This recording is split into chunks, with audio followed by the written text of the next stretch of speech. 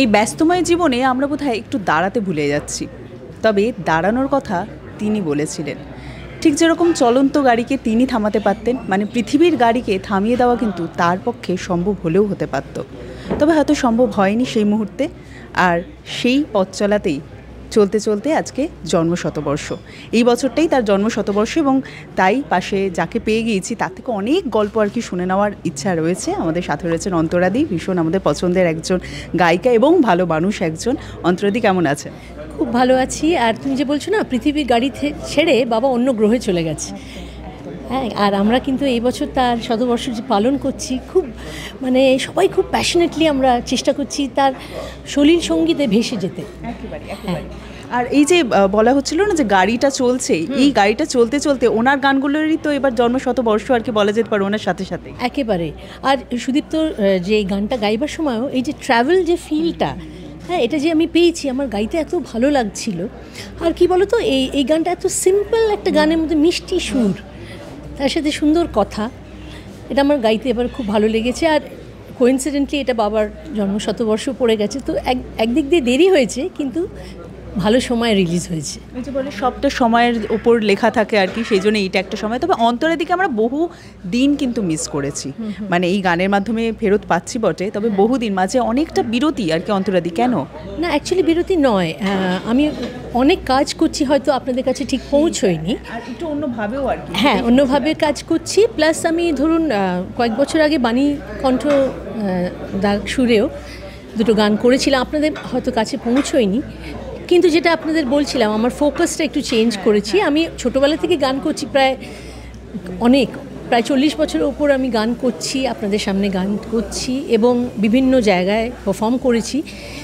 এবার আমার মনে হলো এমন একটা সময় এসছে যেখানে বাবার গানগুলো শেখানো দরকার, যাতে আপনাদের মতন যারা বাবার গান ভালোবাসেন, সলিল সঙ্গীত, আপনারা যাতে ঠিক মতন গাইতে পারেন গানগুলো। এবং ছোটোদেরও আমি আমার সুরধ্বনি বলে যে স্কুলটা আছে, ওই স্কুলে ছোটোদের আমার ছোটোবেলার গানগুলো শেখাচ্ছি, কারণ আমার হচ্ছে উদ্দেশ্য যে ছোটরা ছোটদের গান করবে। ওরা এখন থেকেই পাকা পাকা প্রেমের গান কেন করবে? ওদের চাইল্ডহুডটা থাকতে দিন না। আর বাবা এত সুন্দর গান বানিয়েছিল আমার জন্যে, আমি যে সময় যেভাবে বড় হয়েছি, আমি চাই ওরাও একটু এনজয় করুক চাইল্ডহুডটা। তো আমার স্কুলের মাধ্যমে আমার প্রায় 40-45টা বাচ্চা আছে যাদের আমি গান শেখাই ওয়ার্ল্ড ওয়াইড, বিকজ আমার ক্লাসগুলো অনলাইন। আর পৃথিবীর সব জায়গা থেকে বাচ্চারা দেখি এত এনজয় করে গাইছে বাবার গানগুলো। তো এবার বাচ্চারা না, এবার বড়দেরও বাবার কিছু অজানা গান আমি চেষ্টা করছি এবারে ডিসেম্বর থেকে শুরু করব শেখানো। হ্যাঁ, আমি একটা ওয়ার্কশপ করছি, আপনাদের সামনে আজকে অ্যানাউন্স করলাম। ডেটটা এখনও ফিক্স হয়নি, বাট ডিসেম্বরে বড়দের একটা ওয়ার্কশপ করব, বাবার কিছু অজানা গান আপনাদের শেখাবো। মানে এটা একটা দারুণ উপহার, ওনার জন্মশতবর্ষে বলাই যেতে পারে এটা দারুণ উপহার আর কি প্রাপ্তি। তবে দিদি, এক্ষুনি আপনি যেটা বলছিলেন আর কি, যে বাচ্চাদের মুখেই বাচ্চা বা বাচ্চাবেলাটা তো খুব তাড়াতাড়ি হারিয়ে যায় সময়ের সাথে সাথে, সেই সময় গানটা বোধহয় বেশি এনজয় করা যায়। কিন্তু এখন একটা প্রতিযোগিতার মধ্যে কিন্তু সবাইকে দিয়ে যেতে হচ্ছে, এবং প্রতিযোগিতার অনেক মঞ্চও রয়েছে, সেটাকে আপনি কিভাবে দেখছেন? হ্যাঁ, সেটা খুবই ভালো, প্রতিযোগিতার মঞ্চ আছে, কিন্তু সেখানে আমার যেটা একটু মনে হয় যে প্রতিযোগিতায় ছোটদের দিয়ে কিন্তু বড়দের গান গাওয়ানো হচ্ছে, ছোটরা কিন্তু ছোটদের গান সেইভাবে গাইছে না, বিকজ এটা অনেক রকমের চ্যানেলের নিজেদের আছে, টেকনিক্যালিটি আছে। কিন্তু আমার মনে হয় ছোটদের না এত প্রেশার না দিলেই ভালো, ছোটরা একটু এনজয় করে গাক না গানগুলো। এত প্রেশার দিয়ে ওদের কি এখন থেকেই লতা মঙ্গেশকর বা আশাজি হতে হবে? তো সেটা না করে ওদের নিজের যে অরিজিনাল গলা আছে ওটাতে ওরা একটু গাক না, ওদের ব্যাং, মাছি, বুলবুল পাখি, পুজোর গন্ধ, সেইগুলো ওরা গাক না। হ্যাঁ, তো এইগুলো আসলে বাবা মার উপরে ডিপেন্ড করছে।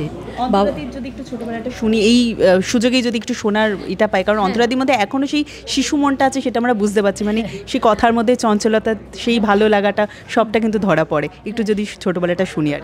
হ্যাঁ, ছোটোবেলায় আমি খুব স্টুডিয়াস ছিলাম, মানে পার্সন ছিলাম, আর সারাক্ষণ পুতুল নিয়ে খেলতাম। পুতুল নিয়ে খেলতে খেলতে একদিন আমি গান করছি, আর তখন বাবা একটা স্ক্রিপ্ট লিখছিল, মিনু ছবি বলে একটা ফিল্ম বানাচ্ছিল। তো বাবা ছোটদের একটা গলা খুঁজছিল, তখন আমার মা সবিতা চৌধুরী বাবাকে বলেন, ওকে দেখো না, ও তো সবসময় লতাদির গানগুলো পুতুল খেলতে খেলতে গায়। তখন বাবা বললো, একদিন দেখি তো তুই গান করিস। তখন আমি 7 বছর বয়স। বাবাকে শুনেছেন, ঝিলিক ঝিলিক ঝিনুক খুঁজে পেলাম, লতাদির এই গানটা শুনিয়েছিলাম। বাবা বলছেন, বাহ, তোর গলায় তো সুর আছে, তালও আছে, তাহলে দেখি তো। তারপর আমাকে মেহবুব স্টুডিওতে নিয়ে যাওয়া হয়, তখন আমরা বম্বেতে থাকতাম।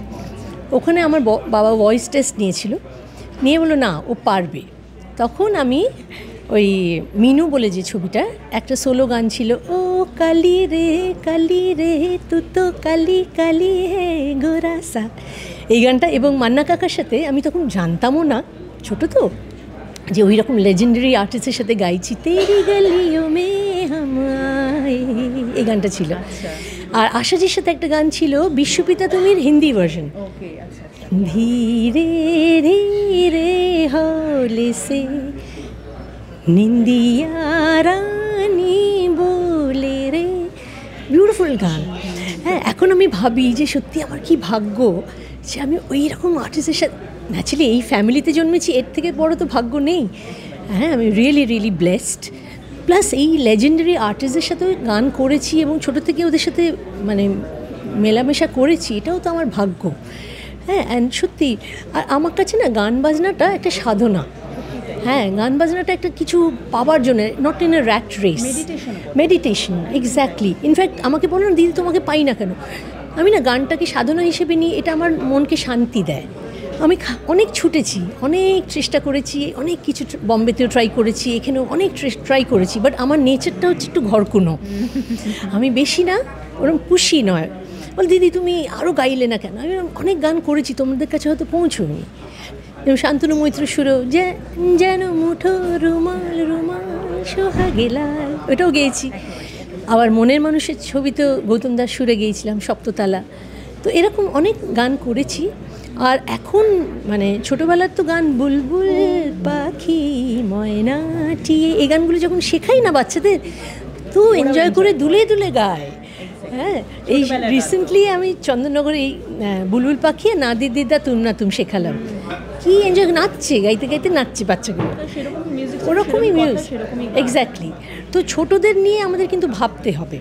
আর আই ফিল আমার দায়িত্ব, যেহেতু আমি ছোটোদের গান করেই আপনাদের সামনে এসেছি, ওদের ট্রেনিং দেওয়া আমার মানে দায়িত্বর মধ্যেও পড়ে, যে বাবার কাজগুলোকে এইভাবে বাঁচিয়ে রাখা, লেগেসিটাকে। হ্যাঁ, এক্স্যাক্টলি। এছাড়া নতুন কাজ আমি আবার সুদীপ্তর এই কাজ দিয়ে আমি মনে হয় শুরু হলো আবার। হ্যাঁ, এই কাজটাও করলাম। মানে খুব একটা দূরে যেতে দিচ্ছি না আমরা, অজানার দিকেও যেতে দিচ্ছি না, দূর অজানা থেকে টেনে ঠিক নিয়ে আসছে অন্তরা দিকে। আচ্ছা অন্তরাদি, এই যে এক্ষুনি আপনি বলছিলেন আর কি, ছোটোবেলাটা শুনছিলাম, ছোটোবেলা আরও একটা বিষয় জানি আর কি, মানে সলিল চৌধুরীকে আমরা সবাই যেভাবে চিনি, আপনি তো বাবা হিসাবে পেয়েছেন, হাতের রান্নাটাও তো বেশ শুনেছি এরকম কিছু একটা। দারুণ কষা মাংস রাখতো বাবা, উফ, মানে জিভে এখনই জল আসছে। আর মাংসগুলো না একদম গলে যেত। আর আমি ছিলাম বাবার হেল্পার, পেঁয়াজ কাটা, হ্যাঁ, তারপরে এগুলো কেটে দেওয়া, আলু টালুগুলো কেটে। আর বাবা আমার শেখাতো কী করে রান্নাটা করবে। যখন পেঁয়াজ দিবি একটুখানি জলে ছিটে দিবি, নাহলে পেঁয়াজটা পুড়ে যাবে, বুঝলি, একটুখানি ছিটে দিয়ে আবার নাড়াবি, যতটা কষবি, তারপর মাংসটা দিয়ে অনেকক্ষণ কষতে হবে। কিন্তু বাবা বলতো রান্নাটাও কিন্তু গানেরই মতন, মানে মশলাগুলো তোমায় ঠিক মাপে মাপে দিতে হবে। একটা মিউজিক যেভাবে কম্পোজ করবে, বেশি মশলা দিলে কিন্তু খাবার আবার ভালো হবে না, স্বাদ থাকবে না। ঠিক গানেও ঠিক ব্যালেন্সে তোমাকে কোথায় কি নোটস দিতে হবে। যেমন সুদীপ্তর এই গানটাতে আমার যেটা মনে হচ্ছিল, সিম্পল, কিন্তু আমি ভাবলাম এটাকে আমি কী করে আরেকটু ডেকোরেট করা যায়। ছোটো ছোটো কাজগুলো আমি ওইভাবে দিয়েছি। আর ভালোভাবে পরিবেশন, আর এক্স্যাক্টলি। আর মানে ওই ফিলটা রাখার চেষ্টা করেছি, খোলা একটা ফিল, আকাশের তলায়, আকাশের নিচে গাওয়ার যে একটা ফিল আমার গলার মধ্যে দিয়ে আমি ওটা ফুটিয়ে তোলার চেষ্টা করেছি একেবারে। আর এই যে রান্নার রেসিপিটাও একটু আর কি এই সূত্র ধরে জেনে নিলাম, সেটাও বেশ আমাদের কাছে একটা প্রাপ্তি। কষা মাংস এবছর কিন্তু আপনারা রেঁধে দেখতেই পারেন, কারণ জন্ম শতবর্ষ বলে কথা। তবে অন্তরাদি এতবার যে আপনি মানে কথার মধ্যে অন্তরাদি নামটা নিয়ে আসছি, যদি বা আমরা জানি গানের যে 4টে ভাগ থাকে তার মধ্যে থেকে অন্তরা বিশেষভাবে আসে, সেই জন্য কি নামটাও সেইভাবে চলে আসা? একেবারে। আমার নাম যেটা আগে বলছিলাম, আমার নাম অ্যাকচুয়ালি ছিল সুজাতা। আমি থাকতাম হস্টেলে, গোখলে মেমোরিয়ালে হস্টেলে ছিলাম, তখন আমাকে সুজাতা আর শশা করতাম, তা আমাকে বলছে সবজি, আমি সবুজ বলতে পারতাম না, সবুজ বলতাম। তা আমাকে বলছে এই সবুজ এসে গেছে, মজা করতে ছোটোবেলায়। তারপর যখন গান করতে আরম্ভ করি, বাবা বললো না, ওর তোমার নামটা চেঞ্জ করে দিই, করে অন্তরা করে দিল। হ্যাঁ, গানের মুখড়ার পরে তো আসে অন্তরা, গানের অন্তর হচ্ছে, গানের যে heart and soul is antara. হ্যাঁ, তারপরে আমার ছোটো বোনের নাম বাবা তখন করে দিল সঞ্চারী, অন্তরার পরে আসে সঞ্চারী। তখন মা বললো তাহলে আমি আস্থাই হয়ে যাই, আমি আভোগ হয়ে যাই। তো এরকম মজাও হতো বাড়িতে। আর মা, আমার ছোটো বোন আর আমরা তিনজনে 3 পার্ট হারমোনি করে গান করতাম। ইউনো, কখন মানে আমাদের পরিবারটাই এমন, মানে রান্না করতে করতে গান হচ্ছে, বাবা পিয়ানো বাজাতে বাজাতে গান হচ্ছে, গানটা চলে আসে। হ্যাঁ, এটা ভেতরে আছে, রক্তে আছে বলতে পারো, ইউনো। আর সেটা কিন্তু এখন ওই ইয়েটা মিস করি আমি অ্যাকচুয়ালি মিস করি, কিন্তু বাবার এই কাজের মধ্যে দিয়ে না আমি বাবাকে পাই, মাকে পাই, ওই জন্য আমি এর মধ্যে আছি আরও।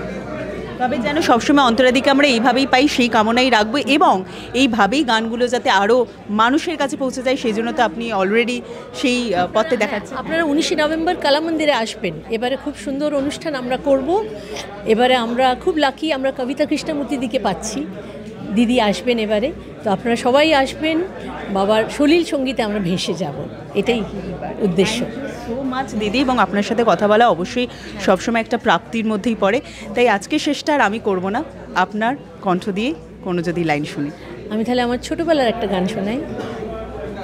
বুলবুল পাখি ময়নাটি আয়না জানা গান শুনিয়ে, এটা তো আপনারা জানেনই, কিন্তু এর সাথে সাথে নতুন গানটাও শুনুন, যেটা সুদীপ্তর জন্য করলাম।